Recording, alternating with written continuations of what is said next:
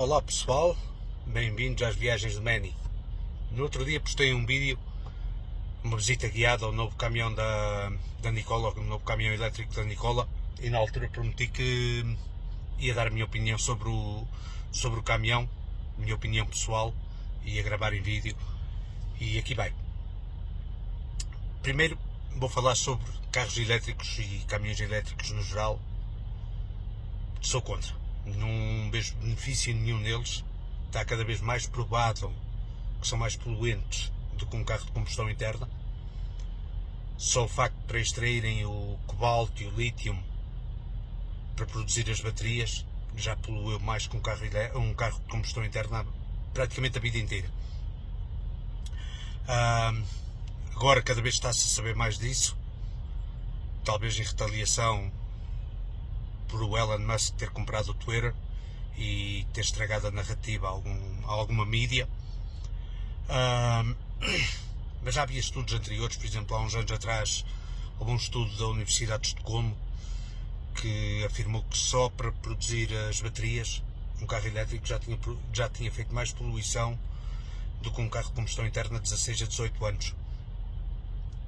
Portanto, sim, temos que fazer alguma coisa para o meio ambiente, temos que melhorar, mas não é o elétrico que vai seguir. Aliás, já é a terceira vez que estão a tentar impingir-nos isto. No século passado já houve duas tentativas, salvo erro, uma nos anos 30, uma nos anos 50, não posso ser preciso, e falharam todas pela mesma razão. A autonomia dos veículos era curta, o tempo de carregamento era enorme, por aí fora. E agora está-se a acontecer o mesmo, o tempo de carregamento é enorme, a autonomia é relativamente curta comparado com um carro de combustão, motor de combustão interna, por aí fora. Portanto, na minha opinião, não é esse o caminho. Talvez o hidrogénio, ou as fuel cells de hidrogénio, talvez motores de combustão mais pequenos e sim gerarem eletricidade e o carro mover-se a eletricidade, mas com um pequeno motor de combustão mais pequeno. Por exemplo, sei agora de um estudo que está a ser feito em Espanha, um engenheiro inventor espanhol, que está a criar um motor de um tempo, algo que eu nunca tinha, nem imaginava que fosse possível, de combustão interna. Toda a gente conhece os motores de 2 tempos, os motores de 4 tempos. Não, este engenheiro está a criar um motor de 1 tempo, minúsculo, que sim, pode gerar eletricidade para propulsionar então eletricamente, e sim será amigo do ambiente, comparado com os motores de combustão atuais, que tal ideia vai avante. Como disse, temos o hidrogênio e as fuel cells. Não sabemos ainda o impacto poderá isso provocar no ambiente.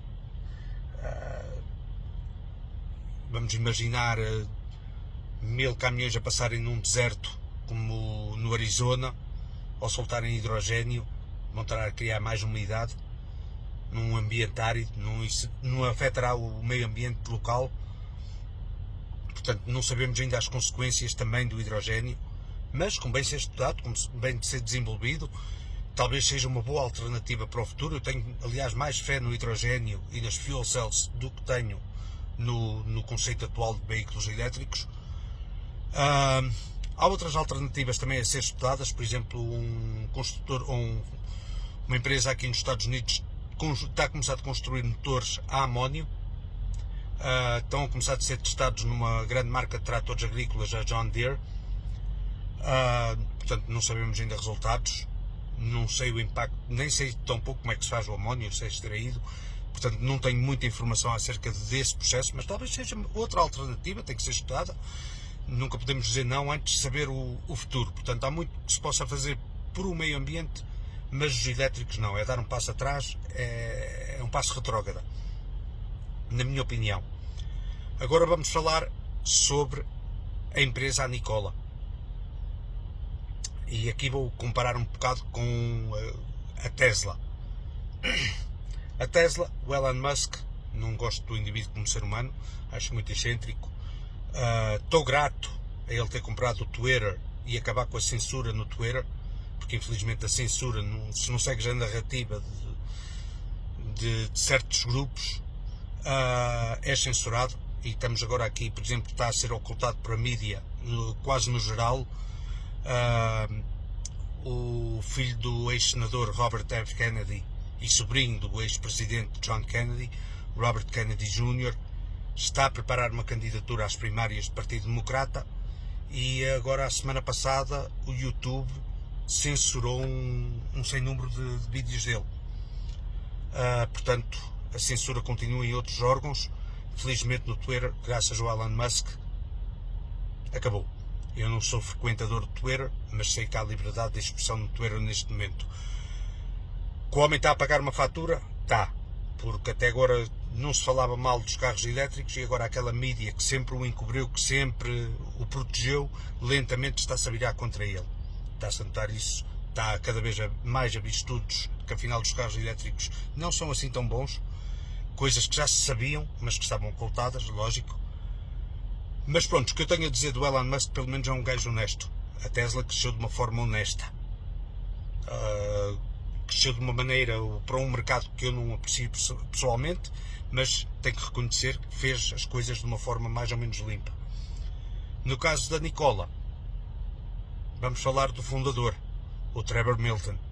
Trevor Milton criou umas 2 ou 3 startups na nova tecnologia, com companhias novas, conseguiu uns milhões para essas companhias de fundos de investimento. Essas companhias não deram em nada, no fundo foi tudo fraudulento. Entretanto, cria a Nikola e uma história de muitas fraudes. Uma delas, por exemplo, montou uma carroceria em cima de um chassi, pôs aquilo numa descida e disse a todos os investidores e a toda a gente na comunicação social que eles sim, já tinham protótipos de um caminhão elétrico por aí fora, e aquilo foi para ali abaixo sem motores, sem nada. O indivíduo é tudo menos honesto e foi andando assim até que ele se meteu com um gigante como a General Motors, ou aliás com um fundo de investimentos ligado à General Motors. Acabou de certa forma também por os burlar. Aqui a Bolsa de Valores em Nova Iorque acabou por analisar o caso, fizeram 4 queixas de crime de burla e falsificação de documentos e fraude contra ele. Ele já foi julgado, 3 delas foi condenado, a outra não havia provas suficientes. Essas 3, a sentença vai sair, salvo erro, 23 de setembro, e ele está sujeito a apanhar um acumulado de 20 anos de prisão. Portanto, a Nikola, já de um princípio, é uma história cheia de fraude, algo que não se pode confiar. Isto é a minha opinião sincera, algo que não se pode confiar. Quando se vê um líder de uma empresa com os comportamentos que ele tem, imaginamos que a empresa também está corrompida da mesma forma, que foi criada por ele, portanto seguiu os princípios dele. Agora, falando do caminhão em si e o que eu vi. O caminhão, olhando bem para ele, é uma Iveco. Entrando dentro, fiquei muito admirado com aquele visor, aquele ecrã, com a parte eletrónica assim muito bem explícita. É a parte positiva que eu tenho a falar. Agora, os materiais aplicados, meus amigos, são horríveis. São plásticos que já nos anos 90 não se utilizava. O primeiro caminhão que eu tive foi uma DAF, uma 95, que foi uma série na altura que ofereceram ao Luís Simões, em Portugal, aos transportes Luís Simões, para promover a marca dentro do grupo Luís Simões. Mais tarde ele vendeu aos ditos encostados, aos independentes como eu, e então 2 ficaram em Lisboa, 2 vieram na altura para a Rechousa. Uma foi minha, uma foi de um amigo meu, Zé Costa. E esse caminhão, que era de 92, do tempo do lançamento da DAF 95, já tinha melhores materiais aplicados do que tem este. O interior é mesmo pobre, é muito mal desenhado, alto sim. A cama penso que ainda é mais pequena do que as que atualmente existem na Europa. Portanto, qualidade de fabrico, os materiais empregues, o design por dentro, horrível. Por fora, mesma coisa, o próprio, quando ele bate tocar apoio, o meu amigo Carlos nos fez a visita guiada, o próprio símbolo da Nikola já estava todo solto. Outra vez, plásticos de má qualidade, fracos, por aí fora. O próprio design do caminhão, horrível. Há um pormenor que vocês reparam: o tanque do ar, ou os tanques dos ares, estão entre os 2 eixos. Isto aqui agora serve também para pessoas que não estão ligados ao setor dos transportes. Nunca circulem ao lado de um caminhão. ou se mantenham atrás ou passem para a frente, não circulem muito menos perto dos pneus. Se um pneu daqueles explode, e explode, já me aconteceu dezenas deles que rebentaram, a todos os colegas de profissão também já aconteceram dezenas de vezes que rebentaram. Hoje é menos frequente porque as empresas deixaram tanto de usar rechapados ou recalcetados, vão mais para os novos, mas muitas empresas, por questão de preço, usam pneus que vêm da China, que mais vale então um recalcetado da Bandag ou coisa do género. Nunca se mantenham ao lado de um veículo pesado, porque no caso de um rebentamento de um pneu pode magoar alguém que vá ao lado, pode inclusive matar. No caso deste caminhão, ali com as botijas, se há um rebentamento de um pneu, aquela botija sai dali disparada. Se vai um carro ao lado, ou até alguém num passeio, aquilo é um míssil. Aquilo não é uma bala de 9mm ou de 48 ou uma 0,48. Se essas já matam, imaginem um autêntico míssil, ainda por cima com ar comprimido, que lhe vai dar um impulso ainda muito maior do que a própria explosão do pneu. Portanto, por aí já se vê que é um caminhão que foi mal concebido, horrível. Agora vamos falar de números. Aquele caminhão tem uma autonomia de 250 milhas, o que dá cerca de 400 km. Sim, local, vocês vão pensar, não, é muito quilómetro, dá para local. Não, depende do que é local. Eu, por exemplo, na última empresa onde trabalhava, fazia um serviço muito para a Pensilvânia. Eu ia 2 vezes com brinquedos da Mattel a um sítio em Pensilvânia, e as 2 viagens ao final da noite davam-me 900 km. Ora, aquele caminhão, para ir a Pensilvânia fazer das 2 viagens, precisa, ao fim de 400 km, de carregar completamente as baterias, que estão esgotadas. São 4 horas para as carregar, e depois, já ainda na segunda viagem, tem que parar outra vez para carregar. Para chegar à empresa não precisará de carregar as 4 horas, mas vai. Ora, eu quando fazia estas viagens, eu normalmente 900 km fazia em 10 horas e pouco, porque havia uma zona de muitas obras. Pronto, vocês sabem que aqui nos Estados Unidos circulamos com muito mais velocidade, é fácil a gente fazer 100 km por hora de média, mas ali naquela rota específica não. Portanto, eu demorava normalmente 10 horas e meia para fazer aqueles 900 km de condução, e depois o engatar reboques num lado, desengatar no outro, engatar, fazer as inspeções ao equipamento, por lei temos que ir fazer aqui, e tem que ficar marcado no registro eletrónico, ou no tacógrafo, como vocês chamam aí. Aqui não é bem um tacógrafo, é ligeiramente diferente. Mais tarde talvez grave um vídeo a dar mais ou menos a explicação de como é que aquilo funciona. Mas pronto, eu chegava ao final da noite com 13 horas de trabalho, 13 horas de trocos, quando o meu limite de horário é 14 horas, 11 de condução e 14 de amplitude, de 14 no máximo. Portanto, aquele caminhão não consegue fazer esse trabalho. Ele talvez seja um bocadinho mais rápido, tem mais potência elétrica, tem mais torque. O motor elétrico, por norma, tem mais torque, com mais binário, com motor de combustão.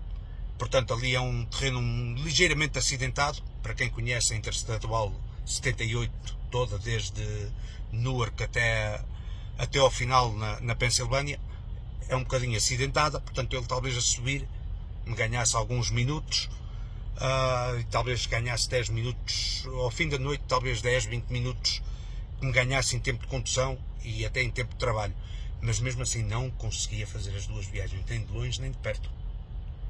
Portanto, local sim, só se for para ir daqui ao outro lado da cidade de Amarillo, onde eu estou, e vice-versa, porque se ele tiver que se deslocar um bocadinho, porque o local pode abranger grandes milhagens, especialmente se é feito à noite.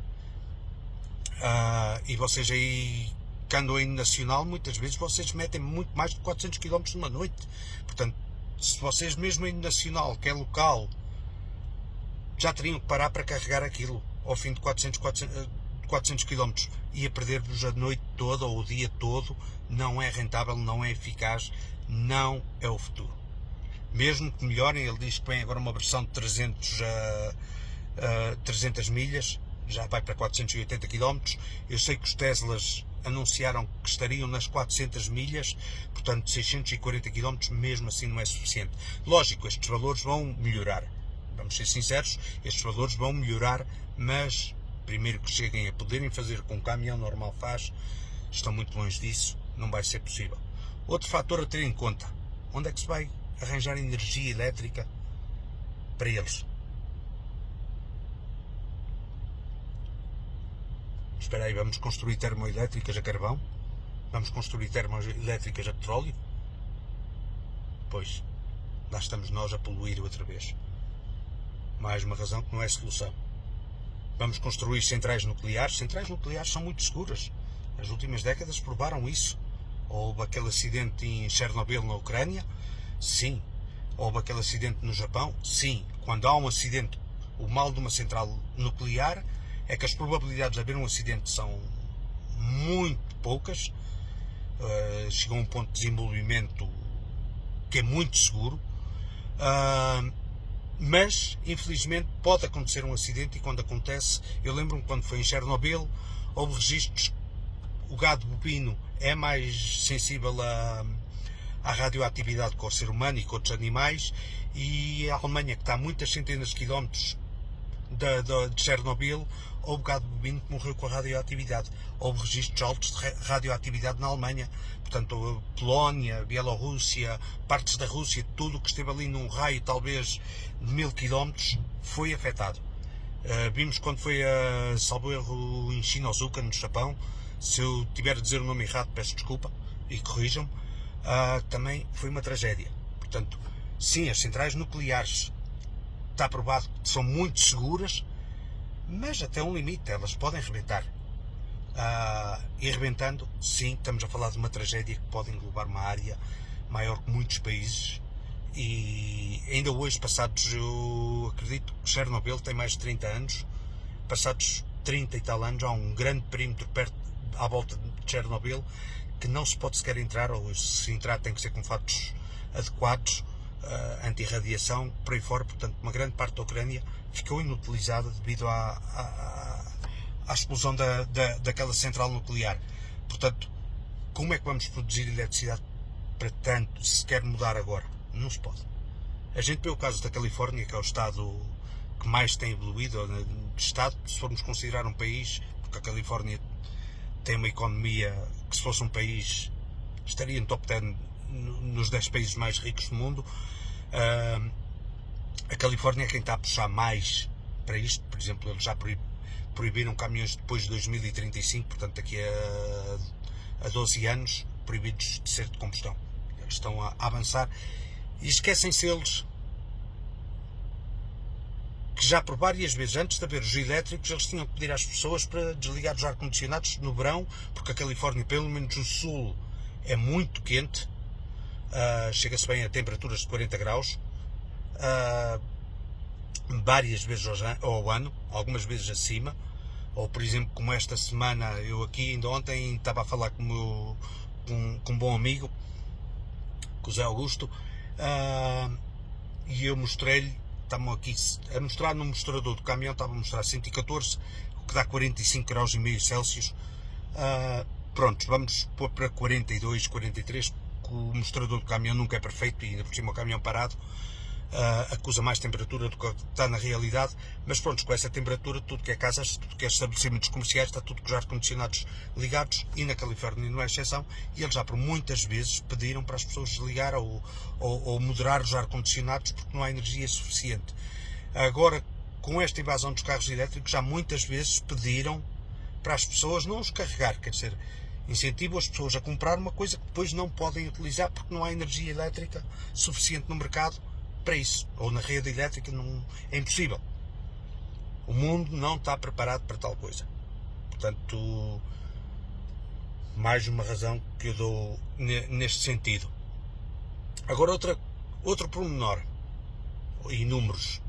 Aquele caminhão, segundo o que me disse Dom Carlos, custa 435, 438 mil dólares. Epá, este caminhão que eu ando, certo, é uma versão mais básica da Freightliner, motor Detroit diesel de 450 cavalos. Este caminhão custa entre 175 e 182 mil, porque é o que eu digo, é uma versão mais básica. Um caminhão normal, preços aqui dos Estados Unidos, vai desse preço, talvez um bocadinho mais baixo no caso das internacionais, até 210, 220 versões mais luxuosas, talvez mesmo da Freightliner ou da irmã da Freightliner, a Western Star é mais luxuosa, Peterbilt, Kenworth terão versões acima dos 200 mil dólares, a própria Volvo, 430 e tal, desculpem, é o dobro, é mais que o dobro. Quer dizer, vou comprar um caminhão para andar só 400 milhas que me custa o dobro de um caminhão convencional? Não é viável. Qualquer pessoa que saiba somar 1 mais 1 vê que não é viável.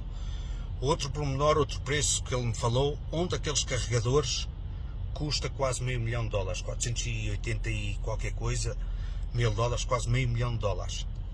Ora, se um caminhão demora na totalidade a carregar 4 horas, sim, vamos dividir, daria 6 caminhões, mas ao intervalo de os trocar, de carregar, muitos chegam ao mesmo tempo, portanto, muito com um carregador daqueles faça é carregar 4 caminhões ao dia. 4 caminhões ao dia, gastar-se $500 mil para carregar 4 caminhões ao dia?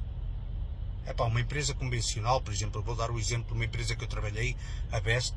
Eu fui motorista na Best, fui chefe de tráfego na Best, estive numa posição de gerência na Best, mais tarde saí porque não me sinto bem dentro do escritório, a minha célula é cá fora na estrada,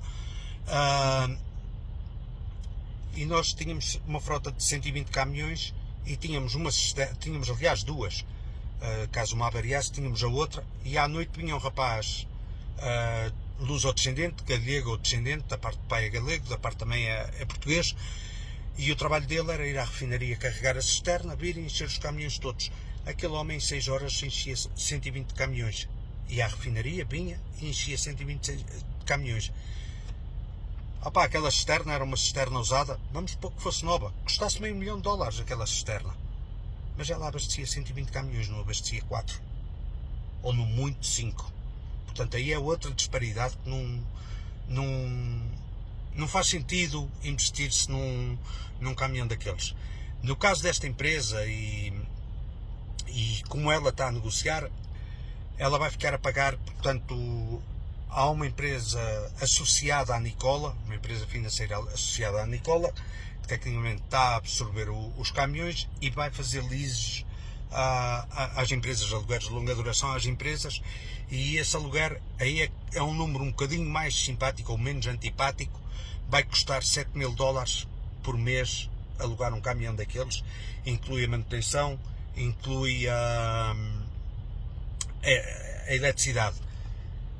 Sim, realmente um caminhão convencional, novo, uma empresa vai ficar facilmente a pagar só do caminhão 2.500, mas depois tem que adicionar 3.000, quer dizer, o de combustível, tem que adicionar a manutenção, quer dizer, os preços vão ficar ali relativamente perto uns dos outros, talvez mais barato ainda assim o caminhão convencional, bem feitas todas as contas e a quantidade de milhas que ele vai andar, porque se ele andar realmente só as milhas que o elétrico anda, ele vai ficar mais barato. Se ele andar num ritmo mais normal, vai ficar os preços similares. Portanto, mesmo embora não seja tão agravante como o preço do caminhão em si ou o preço de um carregador em si, não é tão agravado o preço de alugar um caminhão daqueles ou o preço de comprar um caminhão convencional.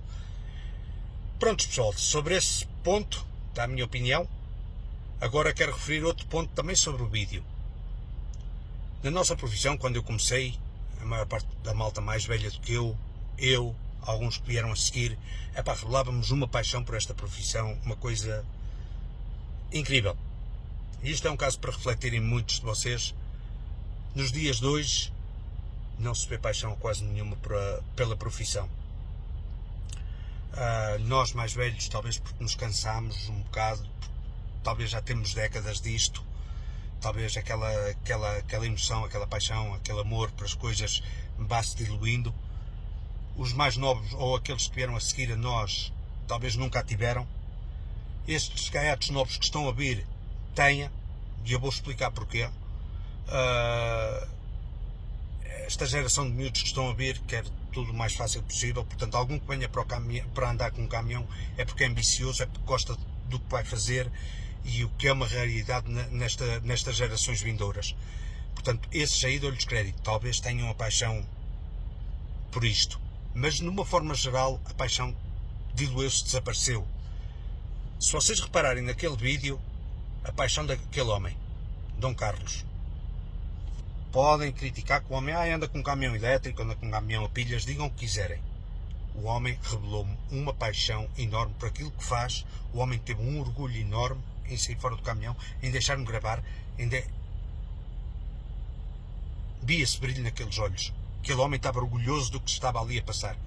Aquele homem mantém aquela paixão que muitos de nós perdemos e que talvez fosse bom pôr os olhos nele. Talvez fosse bom amarmos esta profissão outra vez como amámos no passado. Agora, por último, quero dar um abraço a um grande amigo, quero mandar um abraço enorme para Santo Tirso, a um grande amigo meu. Infelizmente, a semana passada, em Ulm, na Alemanha, caiu abaixo da cabine, ficou com a face destruída, ficou com parte da cabeça muito maltratada, parteu 6 costelas, não sei se foi o ombro, se foi a clavícula, ou deslocou ou parteu. Prontos, quero mandar um grande abraço para ti, rapaz. Não vou dizer o nome, porque ele pediu para eu não falar. Eu estou a falar um bocado à rebelia dele, sem indicar quem é. Todos vocês que são crentes, hoje dediquem uma prece para as melhoras deste meu amigo. Aqueles que não são crentes tenham no vosso pensamento. E pronto, pessoal, espero que tenham gostado do vídeo. Se gostaram, ponham um like. Se gostaram mesmo muito, partilhem. A página já está disponível, está um link no meu perfil. Eu vou postar na página e depois posto no meu perfil. Se gostarem da página e do conteúdo que já lá está, façam-me um favor, sigam a página, ajuda a divulgar a mais pessoas, olhando à maneira como o Facebook trabalha e as redes sociais, ajuda a informação a chegar a mais pessoas. Quanto mais pessoas seguirem, mais se espalha o meu trabalho, e ficarei grato a todos por isso. Muito obrigado por assistirem, desculpem lá se vos chateei. Se não estiverem de acordo comigo, estejam livres de comentar, eu respeito a opinião de todos. Se estiverem de acordo comigo, também estejam livres de comentar. Para todos, um bem-aja, paz e amor. Obrigado.